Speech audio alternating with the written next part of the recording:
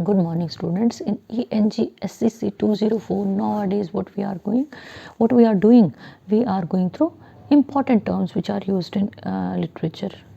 और अलग अलग तरह की टर्म्स हैं, जैसे पोइट्री की हैं, कुछ प्रोज की हैं. अब पोइट्री और प्रोज में क्या डिफरेंस है? पोइट्री जो कविता आप पढ़ते हो दैट इज़ पोइट्री. प्रोज क्या है? जो गद्यांश आप पढ़ते हो दैट इज़ प्रोज. जैसे आपका नॉवल प्रोज में लिखा जाता है, ऐसे प्रोज में है, एप्लीकेशन भी उसी स्टाइल में लिखी जाती है. पोइट्री में रिदम राइम होगा, कुछ लिखने का पैटर्न होगा, तरह तरह के कंपैरिजन ज़्यादा मिलेंगे आपको, और एक लयबद्ध तरीके से रिदमिक वे में उसको हम पढ़ते हैं, दैट इज़ कॉल्ड पोइट्री. और जो भी तरीका आप अडॉप्ट करते हो ना लिखने का, इधर यू गो फॉर पोइट्री और प्रोज, आप दोनों में अपने आप को बेस्ट वे में एक्सप्रेस कर सकते हो. पोइट्री में you have already gone through large number of poems. First year compulsory में आपने पढ़ी हैं, सेकेंड ईयर कंपलसरी में आप पोइम्स पढ़ रहे हो. आपके क्या है उसमें? पोइम्स हैं और एसेज हैं. सेकेंड ईयर में स्टोरी तो एक भी नहीं है, तो जो ऐसे हैं वो सारे के सारे आपके प्रोज में हैं. So this was the difference between poetry and prose, जो हमें क्लियर करना था. उसके बाद है आपका some of the things are there. Sonnet. कौन सी सोनेट पढ़ी आपने? जॉन मिल्टन की फर्स्ट ईयर में. On his blindness is there. आपने नहीं पढ़ी, बट इन जनरल जो है ये सोनेट थी. और आपने पी बी शैली की ऑजिमेंडियस पढ़ी है, तो will discuss in that context. Sonnet क्या है? It is a European form जहाँ पे total length is of 14 lines. जिस मर्जी पैटर्न में सोनेट लिखी है, sonnet is a poem of 14 lines. English sonnet में 4 स्टेंजा होते हैं, ठीक है. And first 3 being quatrains. Quatrains means 4 stanza होंगे, उसमें 3 लाइन्स होगी. 4 × 3 = 12. और लास्ट की जो 2 लाइन्स होगी ना, वो कंक्लूजन है, वो लास्ट का कपलेट रहता है, वो पेयर रहता है, एक कपलेट रहता है. तो ये आपका एक तो ये पैटर्न आ गया. और इसमें जो है राइम स्कीम जो है ए बी वो फॉलो होती है. लेकिन अगर आप दूसरा पैटर्न फॉलो करते हो, 2 पैटर्न्स पे सोनेट लिखी जाती है. अगर आप जो है ऑजिमेंडियस वाला पैटर्न फॉलो करते हो, that is also a pattern of 14 lines. उसमें एक ऑक्टेव है, एक सेस्टेट है. ऑक्टेव इज़ अ पार्ट जहाँ पे 8 लाइन्स है. अगर आपको याद होगा तो ऑजिमेंडियस में मैंने आपको करवाया था कि फर्स्ट 8 लाइन्स में क्या बताया है कि एक ट्रैवलर जो था वो एंशियंट लैंड से आया था. वहाँ उसने क्या देखा? एक बड़ी सी मूर्ति राजा की टूटी हुई थी, उसके चेहरे पे बड़े भयंकर से एक्सप्रेशंस थे. और वो जो फर्स्ट 8 लाइन्स थी उसमें क्या बताया था? उस राजा के अहंकार को दिखाया गया था. लास्ट की जो 6 लाइन्स थी, जो आपका ऑक्टेव थी, दैट इज़ ऑफ 8 लाइन्स, उसमें राजा के अहंकार को बताया गया था. लास्ट के 6 लाइन्स में उसका अंत बताया गया था. लास्ट के 6 लाइन्स में क्या बताया गया था? He had written a few words on the pedestal that I am the king of kings, my name is Ozymandias. Fine, इस तरह कुछ उसने लास्ट तक लिखा था. And at last what was the conclusion? Conclusion was that nothing was left, bare sands were there everywhere. जहाँ तक नज़र जा रही थी वहाँ पे रेत ही रेत था. तो 2 पैटर्न में सोनेट लिखी जाती है. One pattern is of 4 stanzas, 3 quatrains, यानी कि 4 × 3 = 12 और 2 लाइन्स का कपलेट रहेगा. और जो दूसरा पैटर्न है, जो ऑजिमेंडियस वाला पैटर्न है, उसमें क्या है? एक ऑक्टेव है, 8 लाइन्स का पार्ट है, एक सेस्टेट है, एक 6 लाइन का पार्ट रहता है. दोनों का पैटर्न मैंने आपको डिटेल में करवाया है, आज भी मैं डिटेल में ही करवा रही हूँ. उसके बाद है आपका जो next thing is a lyric. Lyric is lyre. Lyre is a musical instrument. एक वीणा की तरह म्यूज़िकल इंस्ट्रूमेंट होता है. वो मोड ऑफ पोइट्री है, वो पैटर्न था, ये मोड है. Lyric is a collection of verses and choruses making up a complete song, और a short and non narrative poem हो सकती है. It uses a single speaker. Lyric में कभी ये नहीं. कोरस में क्या है? कोरस में group of singers. It is a group of singer, जैसे चर्च में कोरस होता है ना, या आप ग्रुप सॉन्ग जो है प्रेजेंट कर रहे हो, दैट इज़ अ कोरस. लेकिन जो लिरिक है, it uses a single speaker. एक सिंगल स्पीकर होगा who expresses his personal emotions and thoughts, and they are popular for their musical quality. Lyric है तो म्यूजिक से एसोसिएटेड होगा. म्यूजिक से एसोसिएटेड होगा तो ऑब्वियस है बहुत ज़्यादा इसका इम्पैक्ट बहुत पॉजिटिव रहेगा. And pleasing to the ear and easily pull out to music. It originates from Greek word lyre. मैंने आपको पहले ही बताया है, lyre is a musical instrument just like veena, या एक एक तारा की तरह आप उसको बोल सकते हो। And they demonstrate specific moods, emotions, they are related to बड़ी अच्छी से फील देने वाले जो लिरिक्स हैं। And they deal with life, love, death, other expressions of life से डील करते हैं। इसमें मैं आपको एग्जांपल्स कोट करके जो material I will send you उसमें मैं आपको बताऊंगी। What is an ode? Ode क्या है? It is a particular type of a poem, lyrical poem ही रहती है, which expresses various feelings of love, respect, praise and इसमें कोई स्ट्रक्चर नहीं रहता है, लेकिन इसमें what is an ode? A non living thing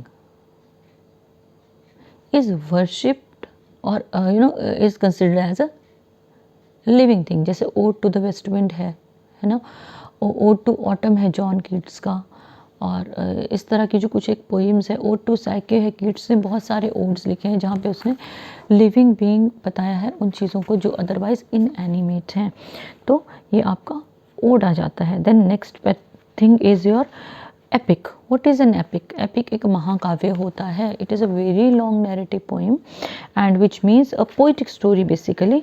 it is a very long narrative poem which is usually related to the heroic deeds of a person of an unusual courage and unparalleled bravery। जहाँ पे उसकी बहादुरी को कोई उसके बराबर नहीं पहुँचता। जैसे एपिक्स में क्या है, आपकी रामायण है, महाभारत है, और आपका paradise lost is a great epic जो जॉन मिल्टन ने लिखा है। तो paradise lost deals with the main concept है उसमें एडम ईव और सैटर्न का। सो इसकी 12 बुक्स हैं। तो it is a very long epic है ये। इसमें बताया गया है किस तरह सैटर्न जो था शैतान और कुछ रेबल एंजल्स थे, जो विरोधी जो एंजल्स थे या देवदूत थे, उन्होंने स्वर्ग में विद्रोह किया। देवर किक्ड डाउन, और जो अंडरवर्ल्ड में चले गए, वो जिसको आप पाताल बोलते हो। And when they fell down, उनके पूरे विंग्स और जैसे अपसाइड डाउन है इस तरह से गिरे वो, तो जो ये वाला पोर्शन था, फेस वाला पूरा पोर्शन जो एसिड में गिरा, तो वो पूरे का पूरा वो सल्फरस लेक में जल गए। No their speeches are amazingly good, like है ना। और उसके बाद क्या हुआ, दे प्लान्ड, उन्होंने क्या प्लान किया कि एक तो ये चीज़ थी कि जिस तरह गॉड जो है स्वर्ग में रह रहे हैं, इवन वी कैन लिव, हमारे पास भी सारी क्वालिटीज़ हैं जो गॉड के पास है। सो वाई इज़ गॉड सुपीरियर, हम लोग क्यों इन्फीरियर? एक वो चीज़ थी। तो उन्होंने एक हेल बोल सकते हैं उसमें एक इक्वल स्टेटस वाली किंगडम को एस्टैब्लिश किया। दूसरी चीज़ क्या थी, एडम और ईव जो गार्डन ऑफ ईडन में रह रहे थे। जैसे हमारे मनु का कंसेप्ट है ना हिंदुइज्म में कि he was the first male created by God, और उनकी wife first female created by God. उसी तरह से बाइबल में एडम ईव का कंसेप्ट है, they were the first male and first female, और उन्हीं की हम संतान है ऐसा माना जाता है। तो जब इन they were created, they were sent to the garden of Eden, वहाँ पे they were living bare, no sense of shame was there, nothing was there, they were two only there. वो दोनों वहाँ पे घूमते फिरते थे, और वो पूरे का पूरा अरीना उनको सेव करके भगवान ने दिया था। दे वर लिविंग देयर। लेकिन वहाँ एक ट्री था which was the tree of the forbidden fruit का वो ट्री था, और उनको ये कहा गया था कि you won't consume it at all. अब क्या हुआ, सैटर्न ने धीरे धीरे ईव को टेम्प्ट करना शुरू किया, उसको उकसाना शुरू किया, और एक दिन सुबह सुबह ईव जो है वो एडम से बिना पूछे उस एरिया में चली जाती है। She consumes that very forbidden fruit, and while she comes back, उसने अपनी बॉडी पे ना ग्रीन लीव्स को लपेटा, because the sense of shame is there. And when Adam asks her, she tells him each and everything, and now he feels so upset, उसको समझ नहीं आता क्या करूँ। He goes to the that very tree, और वो क्या करता है, ही कंज्यूम्स द फ्रूट। तो उसके बाद क्या था, मतलब सैटर्न की ने टेम्प्ट किया ईव को, ठीक है, और एंट्री ली गार्डन ऑफ ईडन में। और उस वजह से क्या हुआ, जो ह्यूमन बींग्स पहले अमरत्व का वरदान मिला था वो ख़त्म हो गया, और हम जो हैं वो एडम और ईव की संतानें बाइबल के कंटेक्स्ट में हम माने जाते हैं। So this is what we call epic. Ramayana का देखो, भगवान राम के जितने भी एडवेंचर्स हैं, सीता का रहने का तरीका है जिसको एक्सपोज नहीं किया गया, प्रॉपरली डिस्क्लोज नहीं किया गया, वो डज शी थिंक, ये अपने फर्स्ट ईयर में अच्छी तरह से पढ़ा हुआ है, ठीक है। अगर आप महाभारत का देखो तो महाभारत का कितना लंबा कंसेप्ट है, वास्ट कंसेप्ट है, that is also an epic. उसमें भी जो नैरेटिव है, जो स्टोरी है, deals with adventures of brave people से डील करता है। उसी तरह से एक कंसेप्ट जो है it is of ballad. Narrative poetry है ना, नैरेट करने वाली पोइट्री, कुछ बताने वाली है। Ballad is a form of verse poetry का एक फॉर्म है. It is a narrative set to music. They derive from the medieval French chanson balladee और ballad which were originally dance songs. Ballads क्या थे? They were dance songs originally. कहाँ से? Medieval French से originate हुए हैं.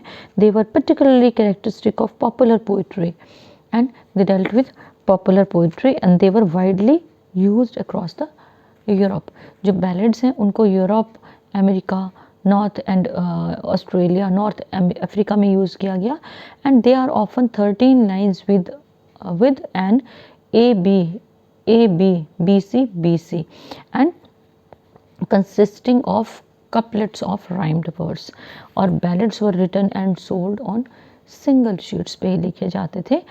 And it was often used by poets and composers even in the 18th century. And maximum of them they deal with concept of love. And the next concept of ours is, let me see what is it. It deals with the let me say monologue. What is a monologue? Mono means single.